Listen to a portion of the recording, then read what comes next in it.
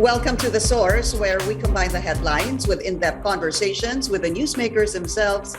I'm Pinky Webb. Today on the program, an ally and member of Bongo Marcos and Sara Duterte's unit team claims it is now statistically impossible to overtake Marcos in the surveys. With his support for the non-renewal of ABS-CBN's franchise and the use of ivermectin being thrown at him, what are his chances of winning Quezon City's top post? Quezon City mayoral candidate Mike Defensor joins us live. And the largest ever military joint exercises by Filipino and American soldiers finally come to a close. Armed Forces spokesperson Colonel Demy Zagala also joins us in the program.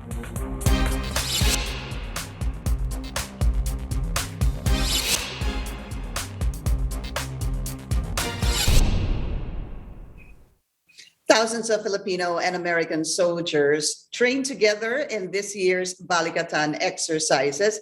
Military officials say this is the largest ever and the second joint exercise since the pandemic. The joint drills were canceled in 2020 because of COVID-19. Let's go straight to the source of the story. First off, we have Armed Forces spokesperson Colonel Demy Zagala. Colonel Zagala, welcome back to the source.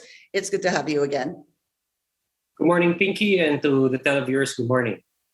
I understand there are about 9,000 soldiers from the AFP and the U.S. military who joined the Balikatan exercises, which will end today. Is this really the largest ever? It's one of the large exercises that we do every year. There's a combined 8,900 troops, and by far largest for the Philippines for 3,800 soldiers of the Armed Forces of the Philippines joining. So since the pandemic, this is the largest exercise. Okay, looking at the video and seeing some of the reports even from our correspondent, can you tell us the assessment so far? It's been about 12 days of the Balikatan exercises.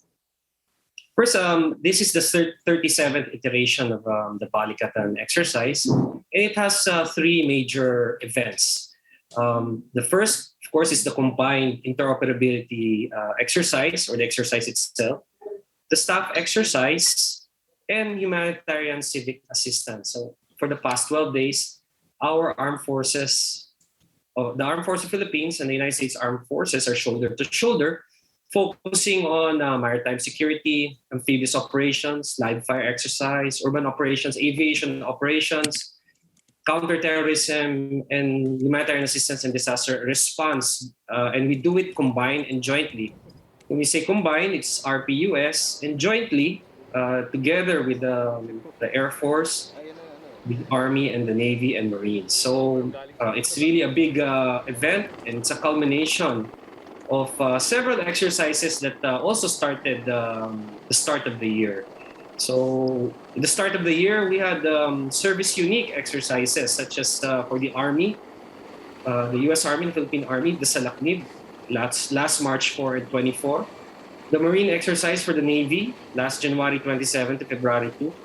And Sanay Sibat for the Philippine Air Force and the U.S. Air Force from February 1 to March 22. We now come together for Balikatan exercise as a culmination of all these exercises for this year. Oh, would you say, because that comprises of the Air Force, the Army, and Marines, that a particular branch of the Armed Forces of the Philippines had trained more with its American counterparts, or would you say that all equally had training in terms of Air Force, Army, and Marines? Yes, we had service unique trainings, meaning the Army, the Air Force, and the Navy and Marines trained separately prior to Balikatan. This is so that there will be better coordination, there will be better planning, combat readiness amongst the branches of service, so that when we come over and start the exercise Balikatan, we'll have more training, we'll have more time to train as a joint force. So yes, the training is really expanded to not only Balikatan but to particular services already. Colonel, for us really just looking into the video, what were the successful or complicated training that members of the AFP had gotten to know, to develop, and to take part in? Well, first is the main task is really interoperability and to be able to plan and prepare side by side.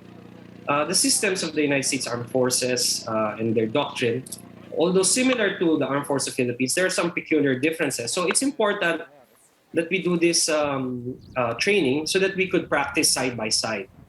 Uh, of course, all this is anchored in the Mutual Defense Treaty, because the whole reason we're doing this is so that we can prepare for any potential aggressor that would be a threat to the Philippines. And we want to send an impression that either of us will not stand alone if we are attacked. So the whole reason we're doing this is because of the Mutual Defense Treaty. And in order for us to effectively defend the Philippines, we must train and prepare. So yearly we do this. What is the one thing you would say that in this round of Balikatan exercises, the Filipino soldiers were able to learn from the Americans and vice versa? What did the American soldiers learn from the Filipino soldiers? Well, Pinky, as you know, the Armed Forces of the Philippines, we've been doing internal security operations for so long. And that with internal security operations, there are certain systems of defense operations that we do not do. And that's what we learn from Balikatan, the external defense operations, such as combined missile operations, anti-air operations, amphibious landing, normal things that you do in a defense of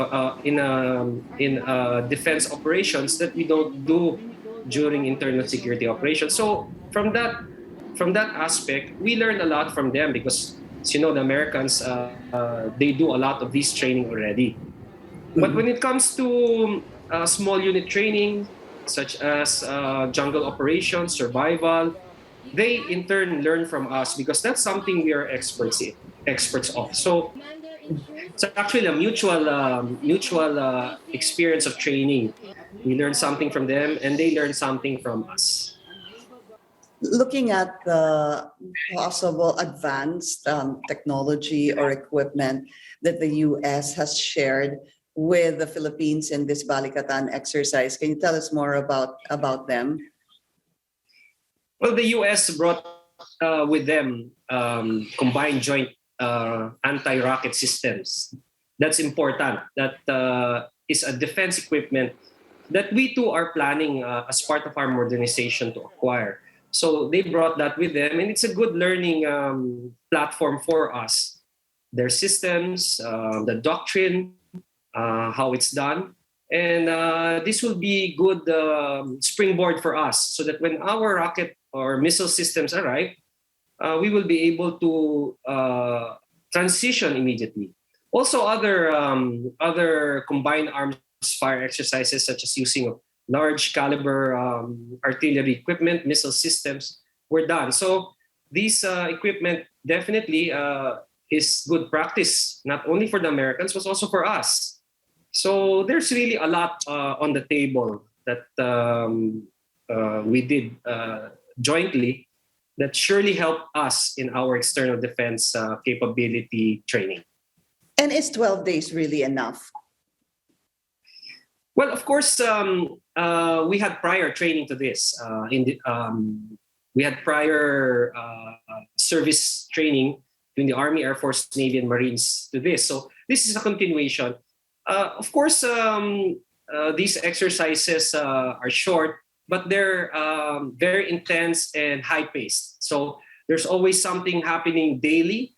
So this high-pace, high-intensity training puts us in a situation wherein there is a simulation of battle. So I believe the 12 days is for now good enough. But of course, if there are future planning and they can make it longer, then we can definitely do a concept and we can plan for more training. I just want to talk about practical issues that have been hounding, of course, our country, terrorism, and even the West Philippine Sea. For example, because of the Balikatan exercises, how was the Navy developed further to be able to monitor, help, assist the Philippines in protecting the West Philippine Sea? Very recently, of course, there was this topic on close distance maneuvering in Scarborough Shoal, but of course, this included the Coast Guard of China and the Coast Guard of the Philippines. Hindi po ito yung Navy, but in terms of the Navy, having to, at some point, one way or another, protect our seas. What particular modernization or training did the Navy have in terms of protecting the West Philippine Sea? Okay, for Balikatan, really this is interoperability training between the United States and the Philippines. So for the Philippine Navy, we have assets such as the BRP Antonio Luna and the Landing Dock 601 that we use during amphibious landing for carrier deck landing, for refueling and all that. So all these are naval interoperability exercises that we can use in real world scenarios. So definitely all the exercises here, such as maritime domain awareness exercise, will definitely be part of our maritime security. Whatever we learn, whatever we practice is something we all already do.